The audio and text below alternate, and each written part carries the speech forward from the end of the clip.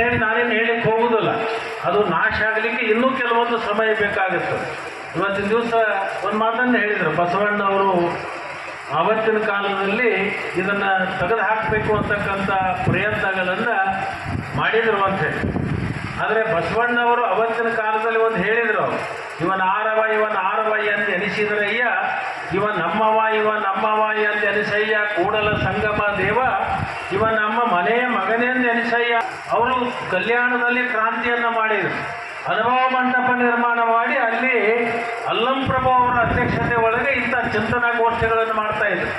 ಆದರೆ ಇವತ್ತಿನ ದಿವಸ ದುರ್ದೈವ ಏನಪ್ಪ ಅಂತಂದ್ರೆ ಬಸವಣ್ಣವರ ಹೆಸರುಗಳನ್ನು ಇಟ್ಕೊಂಡು ಬಸವಣ್ಣವರ ಅನುಯಾಯಿಗಳಾಗಿ ಮಠಮಾನ್ಯಗಳನ್ನು ಕಟ್ಟಿ ಇವತ್ತಿನ ದಿವಸ ಏನು ಹೇಳ್ತಾ ಇದ್ದಾರೆ ಅಂತಂದರೆ ಜಾತಿಗೊಬ್ಬರು ಸ್ವಾಮಿಗಳಾಗಿ ಮತ್ತೆ ಬಸವಣ್ಣವರ ವಚನವನ್ನು ವೇದಿಕೆ ಮೇಲೆ ಹೇಳ್ತಕ್ಕಂಥ ದುರ್ದೈವ ಸಂಗತಿ ಇವತ್ತು ಮತ್ತೆ ನಮ್ಮ ಮುಂದೆ ಬಂದು ನಿಂತಿದೆ ಅಂತಕ್ಕಂಥದ್ದನ್ನು ಕೂಡ ನಾವಿವತ್ತು ತಿಳ್ಕೊಬೇಕು. ಬಸವಣ್ಣವರ ವಚನಗಳನ್ನು ಹೇಳ್ಕೊಂಡು ಬಸವಣ್ಣವರ ಭಾವಚಿತ್ರವನ್ನು ಹಾಕಿ ಅಂಥ ವೇದಿಕೆ ಮೇಲೆ ಇದ್ಕೊಂಡು ಬಸವಣ್ಣವರ ವಚನಗಳನ್ನು ಹೇಳಿ ಕೆಳಗೆ ಬಂದ ಮೇಲೆ ಅಂತ ಮತ್ತೆ ಕೇಳ್ತಾರೋ ನೀ ಯಾವ ಜಾತಿಯವ ಯಾವ ಕುಲದವ ಅಂತೇಳಿ ಕೇಳುವಂಥ ಪ್ರಸಂಗ ಮತ್ತೆ ಪುನಃ ಪ್ರಾರಂಭ ಆಗ್ತದೆ. ಇಂಥ ಕೀಳವಾಗಿರ್ತಕ್ಕಂಥ ಮನಸ್ಥಿತಿಗಳನ್ನು ಇನ್ನೂ ಕೂಡ ಕಿತ್ತು ಹೋಗಲಿಕ್ಕೆ ಅದು ಮತ್ತೆ ಒಂದು ಹೊಸ ಕ್ರಾಂತಿ ಆಗಬೇಕಾಗ್ತದೆ ಏನೋ ಅಂತಕ್ಕಂಥದ್ದನ್ನು ನಾವು ಇವತ್ತು ನೋಡಬೇಕಾಗ್ತದೆ.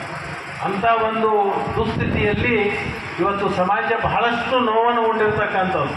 ಹಳೆ ಕಾಲದಲ್ಲಿ ಆ ಒಂದು ಈ ಕೀಳು ಮನಸ್ಥಿತಿಯಲ್ಲಿ ಸಾಕಷ್ಟು ನೊಂದಿರ್ತಕ್ಕಂಥ ಸಮಾಜಗಳಿಗೆ ಇವರೆಲ್ಲರೂ ಶಕ್ತಿ ಕೊಟ್ಟಿರ್ತಕ್ಕಂಥವ್ರು.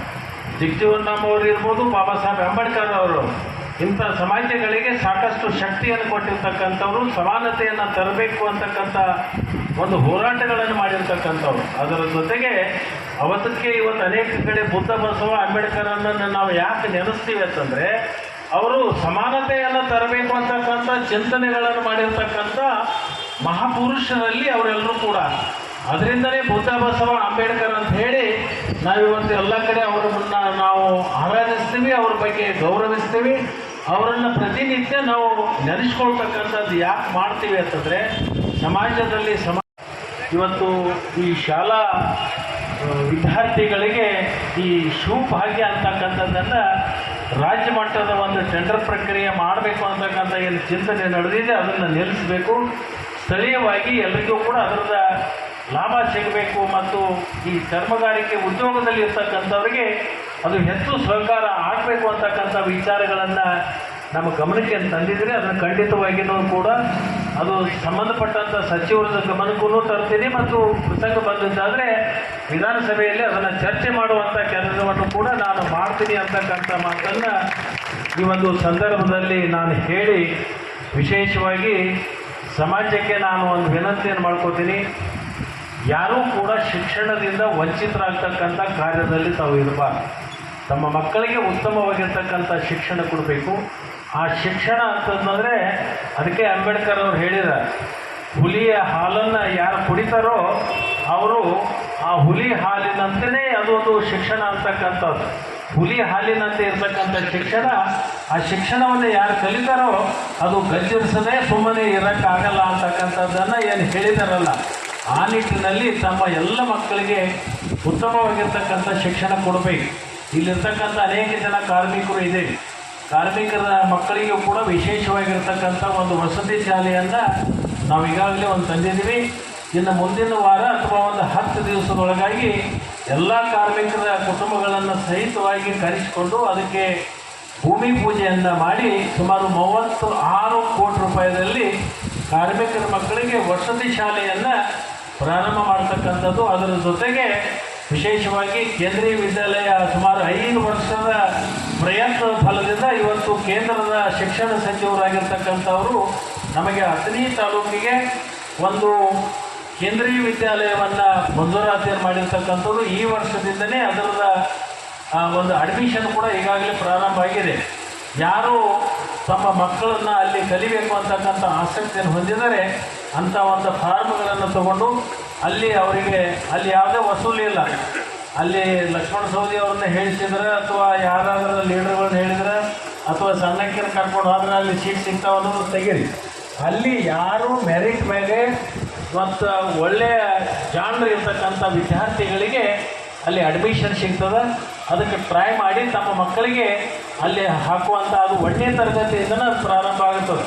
ಅದು 1ನೇ ತರಗತಿಯಿಂದ ಅಲ್ಲಿ ಅಡ್ಮಿಷನ್ ಮಾಡಿದ್ದಾದರೆ ಬಹುಶಃ ಉತ್ತಮ ಶಿಕ್ಷಣ ಪಡ್ಕೊಳ್ಳಿಕ್ಕೆ ಅದು ಸಾಧ್ಯ ಆಗ್ತಿದೆ ಅಂತಕ್ಕಂಥ ಮಾತನ್ನು ಈ ಸಂದರ್ಭದಲ್ಲಿ ಹೇಳಿ, ವಿಶೇಷವಾಗಿ ನಾನು 15 ಕ್ಷೇತ್ರದಲ್ಲಿ ನೀರಾವರಿಗೆ, ವಿದ್ಯುತ್ ಶಕ್ತಿ, ಶಿಕ್ಷಣ ಮತ್ತು ಆರೋಗ್ಯ ಇವಕ್ಕೆ ಹೆಚ್ಚು ಗಮನವನ್ನು ಕೊಡುವಂಥ ಕೆಲಸವನ್ನು ಮಾಡಿದ್ದೀವಿ. ಆ ನಿಟ್ಟಿನಲ್ಲಿ ಈಗಾಗಲೇ ನಮ್ಮ ನೀರಾವರಿ ಇಲಾಖೆಯಿಂದಲೂ ಕೂಡ ಇದೇ ಒಂದು ವರ್ಷದಲ್ಲಿ ಈಗ ಮಾರ್ಚ್ ಮುಗಿದು ಏಪ್ರಿಲ್, ಮೇ, ಜೂನ್ ತಿಂಗಳಲ್ಲಿ ಅದು ಪೂರ್ಣವಾಗಿಸ್ಕೊಂಡು ಅದರ ಉದ್ಘಾಟನಾ ಕಾರ್ಯಕ್ರಮಕ್ಕೆ ಮುಖ್ಯಮಂತ್ರಿಗಳು ಮತ್ತು ಉಪಮುಖ್ಯಮಂತ್ರಿಗಳು ಬರ್ತಾರೆ. ಆ ಬಂದಂಥ ಸಂದರ್ಭದಲ್ಲಿ ಅದು ಕೊಟ್ಟಲಿಗೆ ಅಮಾಜೇಶ್ವರಿ ಯಾತ ನೀರಾವರಿಗೆ ಅದರ ಉದ್ಘಾಟನೆ ಮತ್ತು ಹೊಸದಾಗಿ ಮೊನ್ನೆ ನಮ್ಮ ಬಜೆಟದ ಅಧಿವೇಶನದಲ್ಲಿ ಮಾನ್ಯ ಮುಖ್ಯಮಂತ್ರಿಗಳಿಗೆ ನಿಮ್ಮೆಲ್ಲರ ಪರವಾಗಿ ನಾನು ಅಭಿನಂದನೆಗಳನ್ನು ಈ ಸಂದರ್ಭದಲ್ಲಿ ಹೇಳಬೇಕಾಗ್ತದೆ. ಕಾರಣ ಏನಪ್ಪ ಅಂತಂದರೆ ಸುಮಾರು 508 ಕೋಟಿ ರೂಪಾಯಿದಲ್ಲಿ ಅಥಣಿಯಲ್ಲಿ ಒಂದು ಅಗ್ರಿಕಲ್ಚರ್ ಕಾಲೇಜಕ್ಕೆ ಮಂಜೂರಾತಿಯನ್ನು ಕೊಟ್ಟಿರ್ತಕ್ಕಂಥದ್ದು. ಅದು ಜೂನ್ ತಿಂಗಳಲ್ಲಿ ಅದಕ್ಕೆ ಅಡಿಗಲ್ ಸಮಾರಂಭವನ್ನು ಕೂಡ ನಾವು ಇಟ್ಕೋತೀವಿ. ಆ ಅಡಿಗಲ್ ಸಮಾರಂಭಕ್ಕೆ ತಮ್ಮನ್ನೆಲ್ಲರೂ ಕೂಡ ಕರೆಯುವಂಥ ಪ್ರಯತ್ನವನ್ನು ನಾನು ಮಾಡ್ತೀನಿ ಅಂತಕ್ಕಂಥ ಮಾತನ್ನು ಈ ಸಂದರ್ಭದಲ್ಲಿ ಹೇಳಿ, ಒಟ್ಟಾರೆ ಶಿಕ್ಷಣ ಕ್ಷೇತ್ರದಲ್ಲಿ ಹೆಚ್ಚು ನಮ್ಮ ಗ್ರಾಮೀಣ ಪ್ರದೇಶ ಇರ್ಬೋದು ಮತ್ತು ಪಟ್ಟಣ ಇರ್ಬೋದು, ನಮ್ಮ ಯಾರು ಬಡವ್ರ ಮಕ್ಕಳು ಕೂಡ ಶಿಕ್ಷಣದಿಂದ ವಂಚಿತ ಆಗಬಾರ್ದು ಅಂತಕ್ಕಂಥ ಉದ್ದೇಶವನ್ನು ಇಟ್ಕೊಂಡು ಅನೇಕ ಶಾಲೆಗಳನ್ನು ತಂದಿದ್ದೀವಿ. ಅನೇಕ ಹೊಸ ಒಂದು ಆವಿಷ್ಕಾರವನ್ನು ಪಡೆದಿರ್ತಕ್ಕಂಥ ಸ್ಕೂಲ್ಗಳನ್ನು ತರ್ತಕ್ಕಂಥ ಪ್ರಯತ್ನವನ್ನು ನಾವು ಈಗಾಗಲೇ ಮಾಡಿದ್ದೀವಿ. ಅದರ ಸದುಪಯೋಗವನ್ನು ನಾವೆಲ್ಲರೂ ಕೂಡ ಪಡ್ಕೋಬೇಕು ಅಂತ ದೇಶಕ್ಕಾಗಿ, ಸಮಾಜಕ್ಕಾಗಿ, ವಿಶೇಷವಾಗಿ ರೈತರಿಗಾಗಿ ಭಾಳ ದೊಡ್ಡ ಕೊಡುಗೆಯನ್ನು ಕೊಟ್ಟಿರ್ತಕ್ಕಂಥ ಒಬ್ಬರು ಮಹಾನುಭಾವರು ಅಂತ ಹೇಳಿದರೆ ಬಹುಶಃ ಅದು ತಪ್ಪಾಗಲಿಕ್ಕಿಲ್ಲ ಅಂತಕ್ಕಂಥ ಮಾತನ್ನು ಈ ಸಂದರ್ಭದಲ್ಲಿ ನಾನು ಹೇಳಲಿಕ್ಕೆ ಬಯಸ್ತೀನಿ.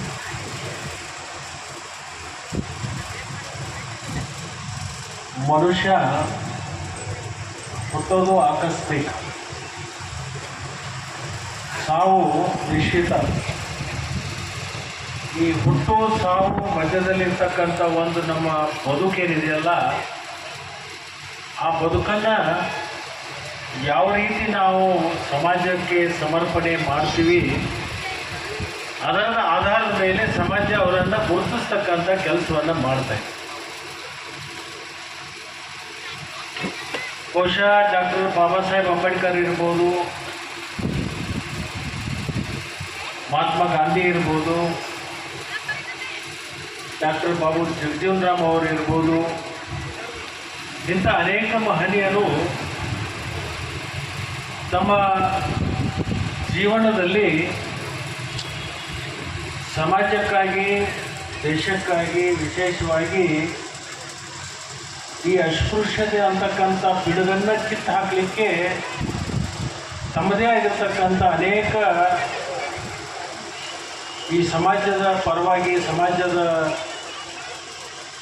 ಒಂದು ಒಳಿತಿಕ್ಕಾಗಿ ತಮ್ಮ ಜೀವನವನ್ನು ಮುಡುಪಾಗಿಟ್ಕೊಂಡು ತಮ್ಮ ಜೀವನವನ್ನು ಸವಿಸಿರ್ತಕ್ಕಂಥದ್ರಲ್ಲಿ ಡಾಕ್ಟರ್ ಬಾಬು ಜಗಜೀವನ್ ರಾಮ್ ಭಾಳ ಪ್ರಮುಖ ಸ್ಥಾನವನ್ನು ಪಡ್ಕೊಂಡಿರ್ತಕ್ಕಂಥ ಮಹಾನ್ ವ್ಯಕ್ತಿಗಳು ಅಂತ ಹೇಳಿದರೆ ಬಹುಶಃ ಅದು ತಪ್ಪಾಗಲಿಕ್ಕಿಲ್ಲ ಅಂತ ಹೇಳಿ, ಮಹಾಪುರುಷರ ನಾವು ಜಯಂತಿಗಳನ್ನು ಆಚರಣೆ ಮಾಡ್ತೀವಿ. ನಾವು ಅನೇಕ ಮಹಾಪುರುಷರ, ಮಹಾತ್ಮರ ಸಮಾಜಮುಖಿ ಕೆಲಸ ಕಾರ್ಯಗಳನ್ನು ಮಾಡಿರ್ತಕ್ಕಂಥವರು ಜಯಂತಿಗಳನ್ನು ಯಾಕೆ ಮಾಡ್ತೀವಿ ಅಂದರೆ, ನಮ್ಮ ಮುಂದಿನ ತಲೆಮಾರಿಗೆ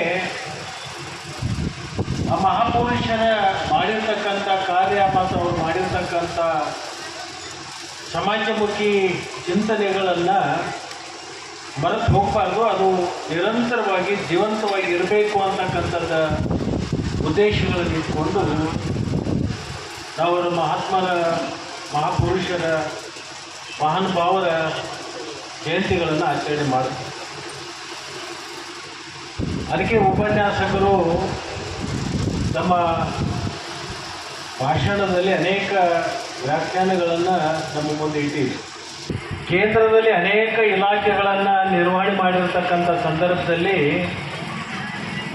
ಬಹಳ ದಕ್ಷತೆಯಿಂದ ತಮ್ಮ ಹೆಜ್ಜೆ ಗುರುತುಗಳನ್ನು ಮೂಡಿಸಿರ್ತಕ್ಕಂಥವ್ರು. ಅವರಿಗೆ ಯಾವ ಇಲಾಖೆ ಕೊಟ್ಟಿದ್ರೋ ಆ ಇಲಾಖೆಯಲ್ಲಿ ತಮ್ಮದೇ ಆಗಿರ್ತಕ್ಕಂಥ ಛಾಪನ್ನು ಮೂಡಿಸಿರ್ತಕ್ಕಂಥ ಒಬ್ಬ ದಿಟ್ಟ ಆಡಳಿತಗಾರ ಅಂತಕ್ಕಂಥ ಹೆಸರು ಅದು ಡಾಕ್ಟರ್ ಬಾಬು ಜಗಜೀವನ್ ರಾಮ್ ಅವರಿಗೆ ಸಲ್ತಿದೆ ಅಂತಕ್ಕಂಥದ್ದನ್ನು ನಾವು ಇತಿಹಾಸ ಪುಟಗಳನ್ನು ಓದಿದಾಗ ನಮಗೆ ಗೊತ್ತಾಗುತ್ತೆ. ಬಹುಶಃ ಕಾರ್ಮಿಕ ಸಚಿವರಾಗಿದ್ದರು, ಭೂ ಸಾರಿಗೆ ಸಚಿವರಾಗಿದ್ದರು, ರಕ್ಷಣಾ ಸಚಿವರಾಗಿದ್ದರು, ಕೃಷಿ ಸಚಿವರಾಗಿದ್ದರು, ಆಹಾರ ಸಚಿವರಾಗಿದ್ದರು. ಅನೇಕ ಇಲಾಖೆಗಳನ್ನು ನಿರ್ವಹಣೆ ಮಾಡಿರ್ತಕ್ಕಂಥ ಬಹುತೇಕ ಸ್ವಾತಂತ್ರ್ಯದ ನಂತರ ಒಬ್ಬ ದಕ್ಷ ಆಡಳಿತವನ್ನು ಹೇಗೆ ಮಾಡಬಲ್ಲರು ಅಂತಕ್ಕಂಥ ಒಂದು ನಿರ್ದೇಶನವನ್ನು ಬಾಬು ಜಗಜೀವನ್ ರಾಮ್ ಅವರು ನಮಗೆಲ್ಲರಿಗೂ ಕೊಟ್ಟು ಹೋಗಿರ್ತಕ್ಕಂಥದ್ದು. ಬಹುಶಃ ಅವರಿಗೆ ಕೃಷಿ ಇಲಾಖೆ ಸಿಕ್ಕಂಥ ಸಂದರ್ಭದಲ್ಲಿ ಬಹಳ ದೊಡ್ಡ ಬದಲಾವಣೆಗಳನ್ನು ಮಾಡಿರ್ತಕ್ಕಂಥ ಕೃಷಿ ಕ್ಷೇತ್ರದಲ್ಲಿ ಅವರು ಮಾಡಿರ್ತಕ್ಕಂಥ ಬದಲಾವಣೆಯನ್ನು ಇಡೀ ದೇಶ ಗಮನಿಸದಲ್ಲಿ ಇಟ್ಕೊಂಡು ಅದಕ್ಕೆ ಹಸಿರು ಕ್ರಾಂತಿ ಹರಿಕಾರ ಅಂತೇಳಿ ಕರೆದರು. ಅವರಿಗೆ ಮತ್ತು ಹರಿಯಾಣ ಭಾಗದಲ್ಲಿ ಅತಿ ಹೆಚ್ಚು ಗೋಧಿಯನ್ನು ಬೆಳಿಲಿಕ್ಕೆ ಪ್ರೇರಣೆ ಕೊಟ್ಟಿರ್ತಕ್ಕಂಥವ್ರು ಅವತ್ತಿನ ದಿವಸ ಜಗಜೀವನ್ ರಾಮ್ ಅಂತಕ್ಕಂಥದ್ದನ್ನು ನಾವು ಯಾರೂ ಕೂಡ ಮರಿತಕ್ಕಂಥದ್ದಲ್ಲ. ಇಡೀ ದೇಶಕ್ಕೆ ಅನ್ನವನ್ನು ಪೂರೈಸೋದ್ರ ಜೊತೆಗೆ ಹೊರ ರಾಷ್ಟ್ರಗಳಿಗೆ ರಫ್ತು ಮಾಡ್ತಕ್ಕಂಥ ಶಕ್ತಿ ಅದು ಯಾರಾದರೂ ತುಂಬಿದರೆ ಅದು ಕೃಷಿಕರಿಗೆ, ವಿಶೇಷವಾಗಿ ಬಾಬು ಜಗಜೀವನ್ ರಾಮ್ ಅವರು. ಅದರಿಂದನೇ ಅವರಿಗೆ ಹಸಿರು ಕ್ರಾಂತಿಯ ಹರಿಕಾರ ಅಂತೇಳಿ ಹೆಸರು ಕೊಟ್ಟರು. ಸುಮ್ಮನೆ ಒಂದು ಬಿರುದು ಬರಬೇಕಾದ್ರೆ ಹಗಲಿ ಹೋಗೋರು ಬರೋರಿಗೆ ಯಾರು ಬಿರುದು ಕೊಡೋಕ್ಕಾಗಲ್ಲ. ಅವ್ರಿಗೆ ಕೊಟ್ಟಿರ್ತಕ್ಕಂಥ ಜವಾಬ್ದಾರಿಗಳನ್ನು ತಾವು ಅದನ್ನು ಅರ್ಥ ಮಾಡಿಕೊಂಡು, ಅದನ್ನು ಕರಗತವನ್ನು ಮಾಡಿಕೊಂಡು, ಅದನ್ನು ಅನುಷ್ಠಾನ ಮಾಡಿ ಅದರ ಪ್ರತಿಫಲವನ್ನು ಸಮಾಜಕ್ಕೆ ಕೊಟ್ಟಾಗ ಮಾತ್ರ ಅದನ್ನು ಸಮಾಜವನ್ನು ಗುರುತ ಹಿಡಲಿಕ್ಕೆ ಸಾಧ್ಯ ಆಗ್ತದೆ. ಅಂಥ ಶ್ರೇಷ್ಠ ಕಾರ್ಯಗಳನ್ನು ಮಾಡಿರ್ತಕ್ಕಂಥ ಡಾಕ್ಟರ್ ಬಾಬು ಜಗಜೀವನ್ ರಾಮ್ ಅವರು ಮೊರಾರ್ಜಿ ದೇಸಾಯಿ ಅವರು ಪ್ರಧಾನಮಂತ್ರಿಗಳಾದಂಥ ಸಂದರ್ಭದಲ್ಲಿ ಈ ದೇಶದ ಉಪ ಪ್ರಧಾನಮಂತ್ರಿಗಳಾಗಿ ಬಹಳ ದಿಟ್ಟ ನಿರ್ಧಾರಗಳನ್ನು ಮಾಡಿರ್ತಕ್ಕಂಥದ್ದು ಅವ್ರ ಇತಿಹಾಸ ಚರಿತ್ರೆಯಲ್ಲಿ ನಾವೆಲ್ಲ ನೋಡ್ತೀವಿ. ಅಂದರೆ ಅಂಥ ಮಹನೀಯರು ನಮ್ಮ ದೇಶಕ್ಕೆ ಒಬ್ಬ ಅಮೂಲ್ಯವಾಗಿರ್ತಕ್ಕಂಥ ರತ್ನಗಳು. ಬಾಬಾ ಸಾಹೇಬ್ ಅಂಬೇಡ್ಕರ್ ಇರ್ಬೋದು, ಜಗಜೀವನ್ ರಾಮ್ ಅವರು ಇರ್ಬೋದು. ಸ್ವಾತಂತ್ರ್ಯದ ಪೂರ್ವದಲ್ಲಿ ದೇಶಕ್ಕೆ ಸ್ವಾತಂತ್ರ್ಯವನ್ನು ತರಲಿಕ್ಕೆ ತಮ್ಮ ಜೀವನವನ್ನೇ ಮುಡುಪಾಗಿಟ್ಟಿರ್ತಕ್ಕಂಥ ಅನೇಕ ಮಹನೀಯರು ನಮ್ಮ ದೇಶದಲ್ಲಿ ಆಗಿ ಹೋಗಿದ್ದಾರೆ. ಅಂಥವರೆಲ್ಲರ ಸಾಲಿನಲ್ಲಿ ಶ್ರೇಷ್ಠ ಸ್ಥಾನವನ್ನು ಪಡ್ಕೊಂಡಿರ್ತಕ್ಕಂಥವರು ಬಾಬು ಜಗಜೀವನ್ ರಾಮ್ ಅವರು ಅಂತ ಹೇಳಿದರೆ ಬಹುತೇಕ ನಮ್ಮೆಲ್ಲ ಮಹಾರಾಜರ ಆಳಿಕೆ ನಿರಂತರವಾಗಿ ಸಾಕ್ತಿತ್ತು ಅನ್ನುವಂತಕ್ಕಂಥದ್ದನ್ನು ನಾವು ಒಂದೊಂದ್ಸಲ ಬರ್ತದೆ ಬಂದು.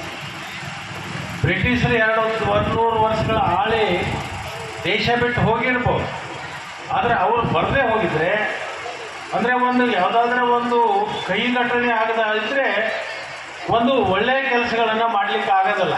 ಹಾಗೆ ಬ್ರಿಟಿಷರು ನಮ್ಮ ದೇಶಕ್ಕೆ ಬಂದು ಹೋಗೋದ್ರಿಂದನೇ ಇವತ್ತು ಸ್ವಾತಂತ್ರ್ಯದ ಸಂಗ್ರಾಮ ಪ್ರಾರಂಭ ಆಯಿತು. ಸ್ವಾತಂತ್ರ್ಯ ಸಂಗ್ರಾಮದ ಪ್ರತಿಫಲವಾಗಿ ಸ್ವತಂತ್ರ ಭಾರತ ಆಯಿತು. ಅಂಬೇಡ್ಕರ್ ಅವರು ನಮ್ಮ ದೇಶಕ್ಕೆ ಸಂವಿಧಾನವನ್ನು ಕೊಡ್ತಕ್ಕಂಥದ್ದಾಯಿತು. ಅಂಥ ಸಂವಿಧಾನದ ಚೌಕಟ್ಟಿನಲ್ಲಿ ಒಳ್ಳೆಯ ಆಡಳಿತವನ್ನು ಮಾಡ್ತಕ್ಕಂಥ ಇಂಥ ಮಹನೀಯರನ್ನು ನಾವು ನೋಡಲಿಕ್ಕೆ ಸಾಧ್ಯ ಆಯಿತು ಅಂತಕ್ಕಂಥದ್ದನ್ನು ನಾವು ಇವತ್ತು ಅರ್ಥ ಮಾಡ್ಕೋಬೇಕಾಗುತ್ತೆ.